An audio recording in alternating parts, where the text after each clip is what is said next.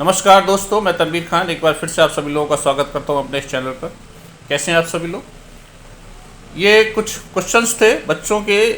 पिछले वीडियो मैंने डाला था, उससे मैंने कुछ शब्दों का इस्तेमाल किया था, जैसे सिविल सर्वेंट या पब्लिक सर्वेंट जैसे शब्द।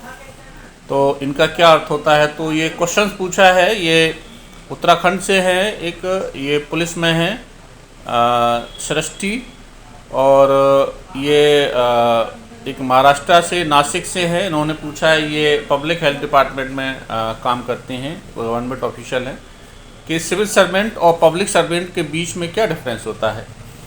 तो अगर आपको इसके बारे में डिस्क्रिप्शन में जाना है तो आप लोग मेरे अर्थ इसका IAS का जो ऑनलाइन प्लेटफॉर्म है वहाँ जाकर आप सर्च करके पता कर सकते हैं। वहाँ पॉलिटी के लेक्चर्स में मैंने इसको बताया हुआ है। यहाँ पर छोटी सी जानकारी मैं आप लोगों को देना चाहूँगा इसके बारे में। तो वो ये है कि all civil servants are public servants but not all public servants are civil servant. मतलब कि सिविल सर्वेंट्स बनने के लिए एक निश्चित योग्यता होती है, और इसको एक निश्चित संस्था जो होती है वो नोटिफिकेशन निकालती है, एग्ज़ाम लेती है, और उसके थ्रू रिक्रूटमेंट्स होते हैं। दूसरा अंतर यह है कि इनको पेंशन्स मिलती हैं, ठीक है।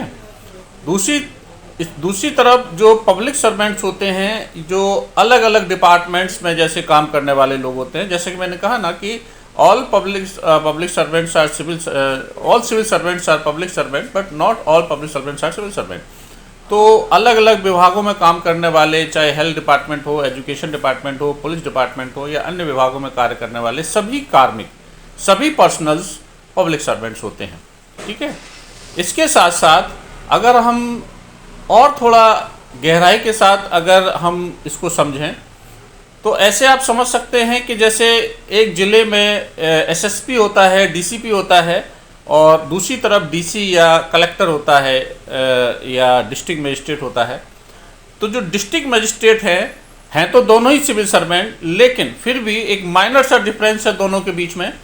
जो कलेक्टर हैं वो सिविल सर्वेंट का हिस्सा माने जाते हैं, और जो पुलिस पर्सनल हैं, जो DCP साहब हैं, उन्हें पब्लिक सर्वेंट के तौर पर जाना जाता है, ठीक है, क्योंकि उनका डायरेक्ट पब्लिक के साथ टच होता है। जबकि सिविल सर्वेंट यानी कलेक्टर का डायरेक्ट टच नहीं होता है, वो सुपरवाइज करता है हर डिपार्टमेंट को अपने ज़िले के।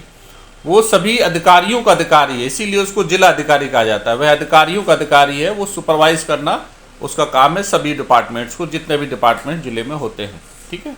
इसके अलावा वो अखिल भारतीय सेवा का सदस्य है। वैसे अखिल भारतीय सेवा का सदस्य जो IPS है वो भी है, ठीक है।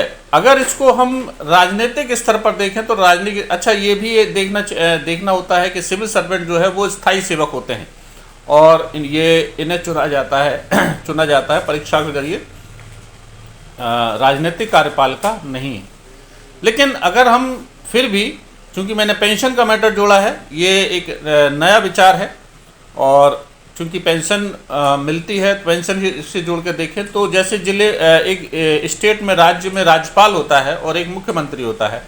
तो राज्यपाल is considered as the civil servant. राज्यपाल जो होते हैं वो सिविल सर्वेंट की तरह उनको देखा जाता है, और जो मुख्यमंत्री होते हैं वो पब्लिक सर्वेंट। उसी प्रकार सेंट्रल में आप लगा सकते हैं, देख सकते हैं उसी को।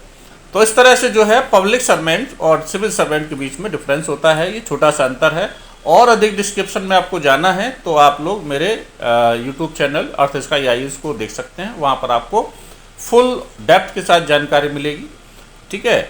आज की वीडियो बस इतना ही। अगले फिर कुछ सवालों के साथ बच्चों के जो हम लोग उपस्थित होंगे। तब तक के लिए नमस्कार, जय हिंद।